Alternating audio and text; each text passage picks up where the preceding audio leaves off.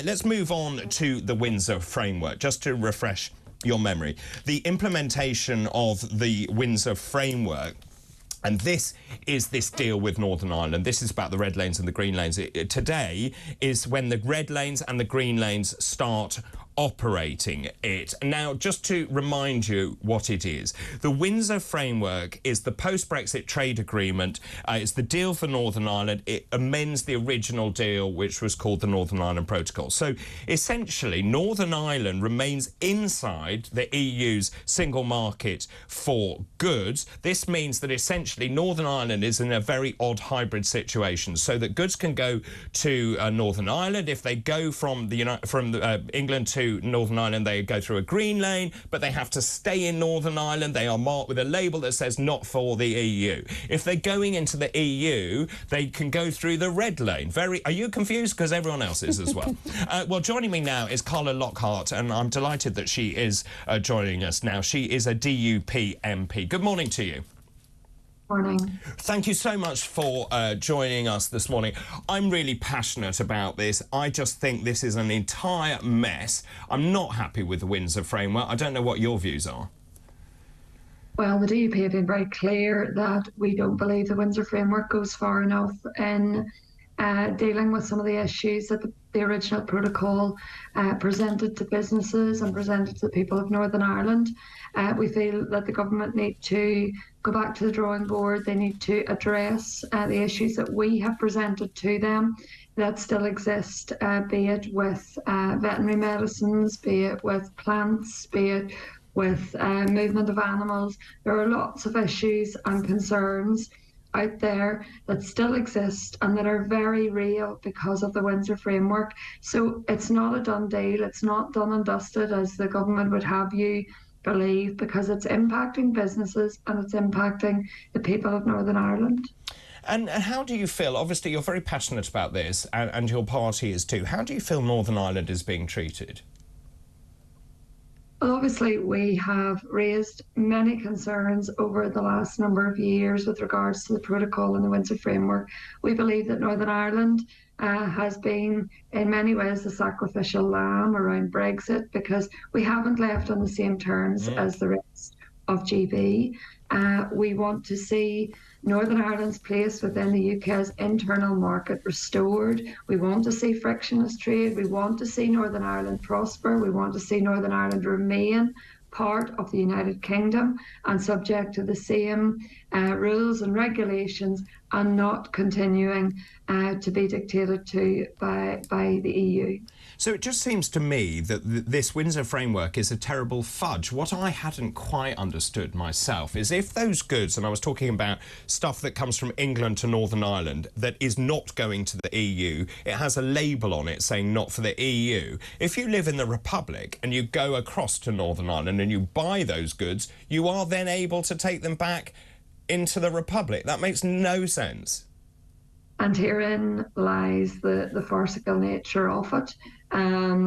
You've hit the nail on the head. And even just setting aside that element, you think of the cost that this has had to businesses, even around new labelling and around the different rules and regulations. I only have to look at my own constituency, and in recent days we had a haulage company unfortunately had to cease trading because of the difficulties presented and the associated costs with the Windsor Framework Protocol, etc. So it's really impacting businesses. It's impacting, choice in Northern Ireland. It's impacting the cost of goods in Northern Ireland because of the difficulties and the added extra expense of bringing goods to Northern Ireland. So it's hitting people in the pocket, and therefore the government need to address the issues that still exist. Well, there are some other really odd things here. Under this protocol, all food products entering Northern Ireland have to meet EU standards, but under the framework, food sold to consumers can be produced to UK standards. It's another fudge. Yes, and we're continuing to say that should not be the case. We want to see the government act on this. We want to see the government bring us sensible, solutions to the table. And believe it or not, a lot of the solutions can be implemented by our own government. We were told way back with the protocol that we wouldn't get changes and that the DUP were wrong to step outside of Stormont. We wouldn't ever see changes. We did. The DUP were right. The DUP forced the EU and the UK government to the table again to renegotiate. The Windsor Framework has helped, but it hasn't went far enough because of issues like you've outlined today. So it's time for now our UK government to stand up for the people of Northern Ireland, stand up for the Union, and start to address these many flaws within the Windsor Framework. Now, the DUP, and rightly in my opinion, is refusing to go back into Stormont, into the devolved administration. There is a lot of political pressure now on the DUP, I think, to resume that and to go back into Stormont. What are your plans? Well, we will continue to hold the line. We will continue to hold our nerve. If the government think that all of this pressure will pressurise the DUP into a snap decision, they are mistaken, and they are absolutely incorrect in their assessment of the DUP. The DUP remain united. We want to see the resolve. We want to see the issues that we have presented to the government addressed, and then the DUP will take that decision to restore devolution. We want to see devolution restored. We want to see Northern Ireland's executive functioning again. We want to deal with the issues at hand, but we need a firm foundation for that to happen. And therefore, we need the Windsor Framework issues resolved, protocol issues resolved. We then need a substantial amount of money that will allow Northern Ireland to start to function again and start to function again properly. We need transformational money. We need money that will allow us on a daily basis to provide the services that our people deserve in Northern Ireland. So the DUP are committed to devolution, but not at any cost. And that's a really tricky line to hold, isn't it? I mean, my personal feeling is the government is saying it will press ahead. It is going to sit there and says it's working on stuff whilst the framework applies. That is a very tricky position to be in, I think. And also, at the same time, the EU now is giving some ground in that we've rejoined Horizon. Many people very unhappy about that. The fact is there seems to be more cooperation over various other things going forward as well. How do you play this out?